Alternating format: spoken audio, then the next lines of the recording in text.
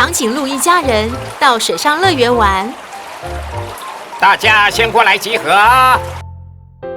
开始报数：1、2、3、4、5、6、7、8、9、10。